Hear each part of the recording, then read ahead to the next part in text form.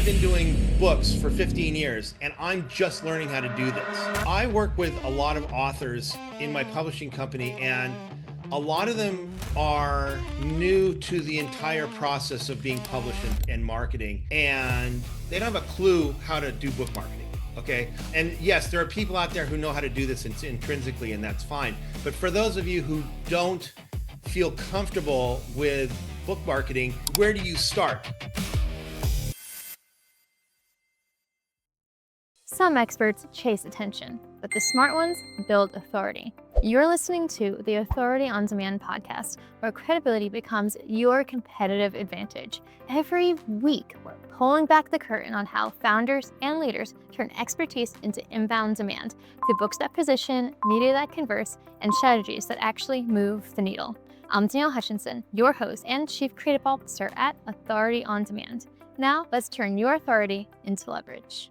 Okay, everybody. So there's a moment in every creative career, author, artist, entrepreneur, when the exciting part is over. The easy wins have happened, and what's left is a little boring, uncomfortable, or maybe even embarrassing.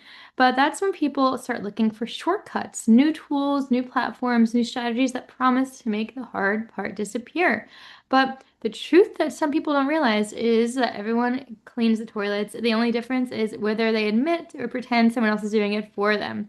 So, for anybody who's tired of pretending they have more success than they do and are ready to understand what actually works instead of what sounds impressive, well, Stephen W. Booth is a man who's made a career out of cleaning those toilets, metaphorically speaking. He's the founder of Genius Book Publishing. He's published over 120 titles and figured something that most marketers miss: the work that actually keeps you alive is really glamorous, it's repetitive, not shiny.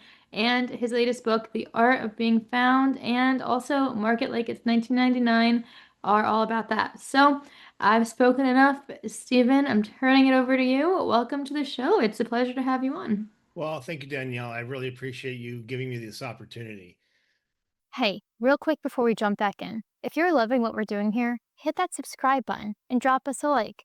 We're bringing you the best authors, the most real conversations, and all the writing wisdom that you didn't know you needed. So stick around, because it only gets better from here.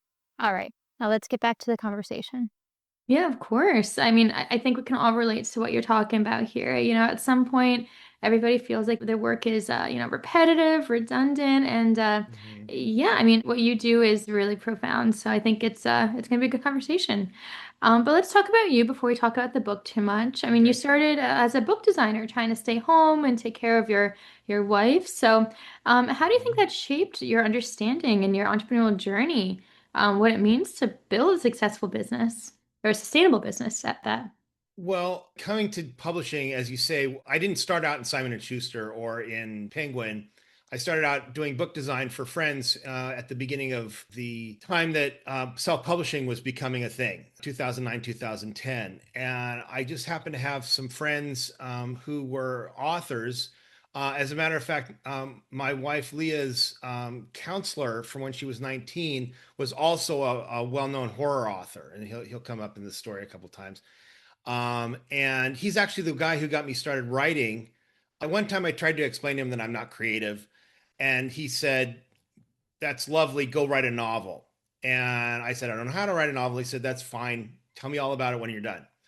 So fast forward to January 2010, I just left my teaching job. I was teaching computers and science and math in private schools, and I was home taking care of my wife who's disabled. But everybody seemed to think that I still needed to work, which I thought was very rude of them. So I had to find something to do. And that same friend, Harry Shannon, said, "Well, you're technical. Make me an ebook. I'll self-publish it." And so I said, okay, I made him an ebook, and he knew I did page layout because I started in high school as my newspaper layout editor.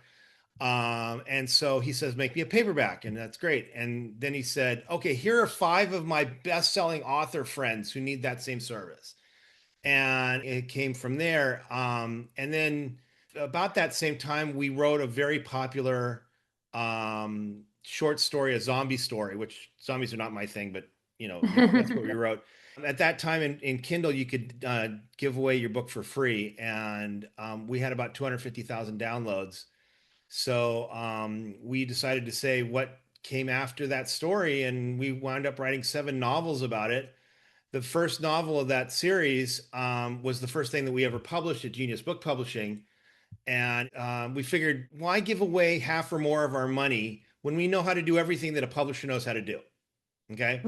I mean, we had editing, we had book design, we had cover design, we had marketing, we had everything squared away. So we published it ourselves. And I figured if I was going to screw up something, I'd screw up my own book. We did not screw it up. And 120 titles later, that's where we are now. And so, how we got to this conversation is about 5 years ago, I finally realized that marketing is not evil. Okay. Because all the people that I knew who did marketing and sales were basically not very nice people. So I went, okay, not very nice people equals marketing. It's the same thing. And I realized that that wasn't the case. So I started learning as much as I could about marketing, because one of the things that I've realized is that in publishing, marketing is everything. You can make the best book in the world, and if nobody knows it's there, it doesn't matter. That's true. So hence my focus on marketing. And it's not a glamorous occupation, and it's very much like what you said about cleaning the toilets, which I use it as an exemplar in one of my books. I think that was marketed like it's 1999, but I have to remember. I think it was, yeah. And it's necessary, and it's helpful if you want to get the success that you're looking for. So. Absolutely. Well, thank you for walking us through your whole your journey there. It sounds like it almost fell into your lap in a way. Like kind of it wasn't your necessarily end goal, but like it everything kept working out and you found a passion for everything you were doing and you found a better way to do certain things. For example, Mhm, making sure that the marketing had it was so valuable it had to be the top tier thing you focus on, right? So mhm. it's lived experiences seem to have driven your path. So yeah, I mean, with that being said, let's transition right into your work. I mean, Market Like it's 1999, really cool concept. In this, you say one line is signal that cannot be found again is noise. So tell us a little bit about what that means. Why is being findable something that matters more than being impressive? Being findable is very important to this process. And I'll jump into a little bit of technical language just to make sure that we're clear. Um, Everybody's heard of the funnel. Everybody needs a funnel. You have to have a funnel. Well, I finally decoded what the funnel is and why you need one. And from my perspective, I have two roles. I'm an author, but I'm also a publisher. I'm my own publisher in this particular instance, but I publish a bunch of other people.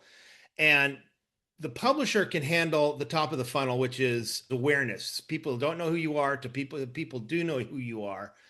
And that's, you can do meta ads or Google ads or whatever it is that you need to do. But once you get into the middle of the funnel, the author has to be a human being. You can't outsource being yourself. It's like going to a book signing and not having the author show up. Yes, you'll sell 1 or 2 copies of the book, maybe, but you won't sell out of the whole inventory like you would if the author was present. That's the middle of the funnel. That book signing mentality is the middle of the funnel. Your publisher can also handle the bottom of the funnel, which is once the reader is ready to buy your book, can they find it? Can they buy it? So your publisher can handle the top of the funnel and the bottom of the funnel, but in the middle, you have to be a human being. And that's what I mean by it's more important to be findable than it is to be impressive, because once the people start looking for you, then you need to be somewhere where they can find you. It's that simple. A lot of advice in marketing is be on social media. That's and there's book talk and bookstagram and all sorts of things like that. And I know for a fact that people sell a lot of books there, but I also know that there are a lot of readers who aren't even bothering to look there. I'll give you my example of my sister, who's got more books than I will ever have and has read all of them. She is not on social media at all. When she looks for a book, she goes on Google and she looks up the interviews that the author has had, and it gets a sense of what kind of a person they are. And she's political, so she looks at their politics, and she looks at YouTube interviews, which is why I'm happy to be on your YouTube channel for this interview.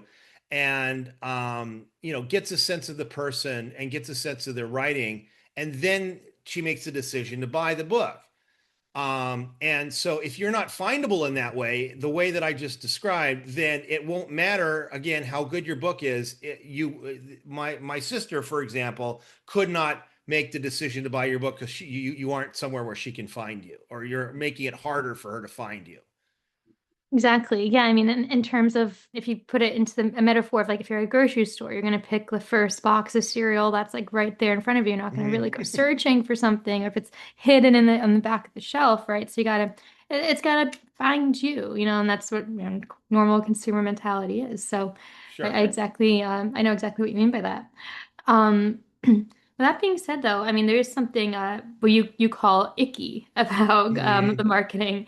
You say it's telling us something important that we haven't figured out what the problem we really want to solve is. So why do you think that people feel that icky feeling when it comes to marketing? Um, People feel icky for a couple of reasons. The first reason is because they've had people in their lives earlier in their life who were probably very well meaning, but at the end of the day, they were dream stealers. Don't be a painter, be a doctor, because doctor's safer, right? Or, whatever it is that they say. What are you doing with this new business that you're doing? It's likely to fail. Why are you risking that? It's not worth the risk. Okay, so you get this idea. And the other reason, by the way, is because sometimes you've gone up to people like, imagine a small child handing a stuffed animal to an adult and having the adult go, or not react at all, or that dead air. You know what I'm saying? So that response where you're passionate about something and nobody else is a lousy feeling. It's icky. And um, another reason, this is the third, and I'll keep to this one as my three, is if you're trying to get somebody to do something that you don't feel is as important as it should be to the person who you're communicating with. So if you're trying to sell pens to somebody who doesn't need pens, you're basically asking them to give you money for a problem they don't have, okay, to solve a problem that they don't have. And so you can start feeling icky about it.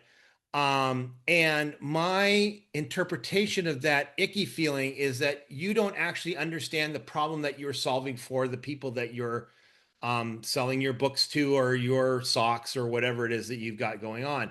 Well, I definitely mean what I see what you're coming from there, and thank you for laying that out for us. And I mean, I personally, I get what you mean exactly. All these different points. For me, I think for if I was trying to market, I'd almost feel like almost guilty. Like, am I manipulating people to want to buy my book? Hmm. But I think it's Exactly. about doing it in a genuine way because you said people want to care about your thing, about your ideas, and so Hmm. you have to show them that genuine side, which I guess is like a it's tricky to do, but if you're done correctly, the way that you're showing us in your book, well, now there you have it. So Okay. let's transition a little bit into another one of your books that you wrote. The The I've Art of written Being Found, I'm pretty sure. yes, that one. So tell us a little bit about that and how did that evolve from market like it's 1999 to the art of being found? What would you say like the main Um, difference? the pathway was actually the other direction. The Art of Being Oh, Found was the first book. The Market Like It's 1999 is coming out in late January or early February, so that one's not quite ready today, but possibly when this airs, it will be. oh, very exciting. And I work with a lot of authors in my publishing company, and a lot of them are new to the entire process of being published and marketing, and they don't have a clue how to do book marketing. Okay. I've been doing books for 15 years and I'm just learning how to do this. Okay. And yes, there are people out there who know how to do this intrinsically, and that's fine. But for those of you who don't feel comfortable with book marketing, where do you start?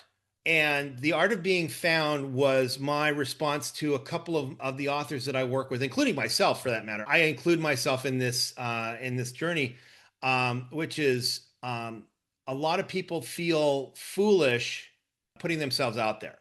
You have to take a risk on people, again, not responding the way that you want. There's a lot of talk about introverted versus extroverted people, and this is relevant. Extroverted people can basically talk to anybody, and that's lovely. Introverted people, I'm an introverted person. it isn't that we don't like strangers. Okay. What we don't like is shallow conversations. If you give me a stranger who wants to talk deeply about something that I care about, like airplanes or Star Wars or, writing for that matter, then I can talk to that stranger for as long as you want, comfortably, and feel very good about the whole experience. It's not that I'm afraid of strangers. I dislike shallow conversations. And the art of being found came out of me trying to find a way to get the authors that I'm working with past that. I'm going to wind up talking to somebody who doesn't care deeply about the true crime, you know, case that I wrote about or whatever it is. And so when I was at UC Santa Cruz in the early 90s, I was involved in a nonprofit organization called the Society for Creative Anachronism. That's not the point of this story, but it's a fun Okay. organization. And I became the leader of this college group that I was working with. And I was 19 years old, 20 years old. I had never been comfortable being in front of large groups. And suddenly I found myself leading 65 kids. And I came to the conclusion that if I'm going to do this correctly, I'm going to look like an idiot. I'm going to look like a fool. And if I can be comfortable with that role, then I can do a lot more good work than if I was afraid of how people perceive me. And so that's kind of the genesis of this book is when I realized that other people were having the exact same experience. One of my favorite people is one of the authors that we publish or publishing in February. Her name's Andrea Thorfinson, and she's on a she's going to be on her first podcast, I think, in 2 weeks. And Oh, she very was exciting. talking to me about this, and she's going, I don't like the sound of my voice. I don't like the way I talk. I don't like the message that I have.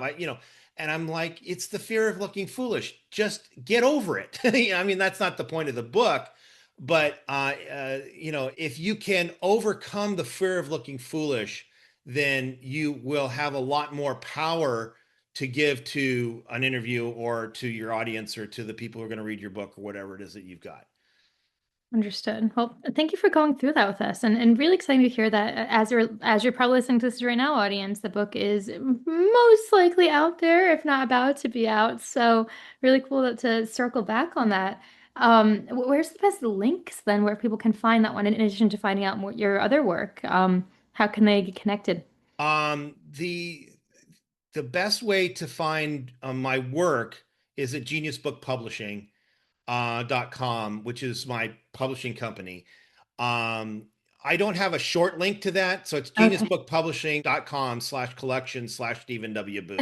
Just look for the art We'll of put being the link in the found. description box. Yeah, I Yeah, don't. thank you. Well, people can click Um, right on over. the other place you can find me is on geniuspubstudio.substack.com at Genius Publishing Studios. And that's the links to everything that I'm in and where you can find me, including my email address, are all right there. Genius Publishing Studio is where I talk a lot about marketing ideas. It was intended originally for my authors, but I've made a lot of the information available for free to the public. So because I feel it's valuable and people will like it. So. Understood. Yeah, well, awesome. Like I said, we're going to put links in the description box, everybody. So check it out, give it a click on over, get connected, because especially for the authors listening, we need to know this stuff. People think you could just write a book and throw it out into the world, but with the insights that Stephen's giving us today, it'll help us to make sure people actually find it.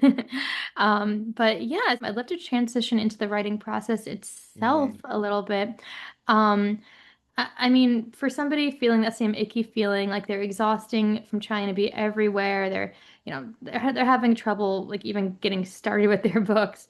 What's one piece of advice that you'd offer to the writers in the audience today? My process, which is the only thing I can really offer you, is I work my writing around my life. I have my business life and I have my creative life. For those of you who can see the video, I have my paintings all over the walls and stuff like that. So I paint and I write. And when I have an idea, I get very excited about it. As I said before, I'm ADHD. That's not very uncommon for someone with ADHD. I sit down and I start prototyping the story or the concept. Um, the Art of Being Found, for example, is very short. It's, I think, 17,000 words. It's very direct and to the point. And so I was able to come up with a spine for it, which is to say the table of contents and the basic concept, and write the thing in probably, I think it was under a week, in 1,000 word blocks, which are all the chapters. Mm. They're about 1,000 to 1,300 words. So this is not the same thing as when I'm writing a novel. Novel writing is actually pretty hard for me. I do better with nonfiction. I feel that I write very well, but I haven't mastered storytelling. And fortunately, I don't have any advice for people on how to master storytelling because I haven't done it. But there is a difference, in my opinion, between writing and storytelling. And if you're uh, good at one or the other, you can kind of find ways around the deficit that you have. So, Absolutely. Well, thank you for sharing that with us. And, it's interesting because everybody does have their own process when it comes to writing. You got to find the one that matches yours. So, hearing different perspectives like that, it gives people more ideas to kind of ponder mhm. and play with. So, yeah, thank you. This has been a really interesting conversation, very clarifying. I think a lot of people listening are going to feel a sense of relief. They have permission to stop performing and start just showing up, right? Just get your book out there and get rid of that icky feeling. Yeah, be human in public. I like And that that. doesn't mean you have to be intimate. It does mean that you have to be available and personable. Awesome. Yeah, thank you. And thank you so much for being here. Thank you for all these insights and for reminding us that marketing can bring out the best of us, right? It doesn't have to make us feel like imposters or thieves or anything. So, Exactly. yeah, exactly. So, yeah, everybody, the links to find out more about Stephen are in the description box of this podcast. Check out his books, get in the know, get connected. And ultimately, Stephen, thank you for joining us. We love to hear your insights. It's been a pleasure. Thank you very much for having me on your show. Awesome. Yeah, of course. And to everybody listening, until next time, keep doing the work, the real work, the work that looks like maintenance, but build something that survives. And in the meantime, just keep writing, keep leading, and keep inspiring. We'll see you next time on the Authors on Mission podcast. That's a wrap on another episode of the Authority on Demand podcast. If today's conversation sparked something in you, don't keep it to yourself. Share this episode with a founder or leader who's ready to stop being the best kept secret in their industry. If you want to turn your expertise into inbound demand, head to authorityondemand.com to see how we help clients go from unknown to in demand. I'm Danielle Hutchinson, and I'll catch you on the next one. Now, go build some authority.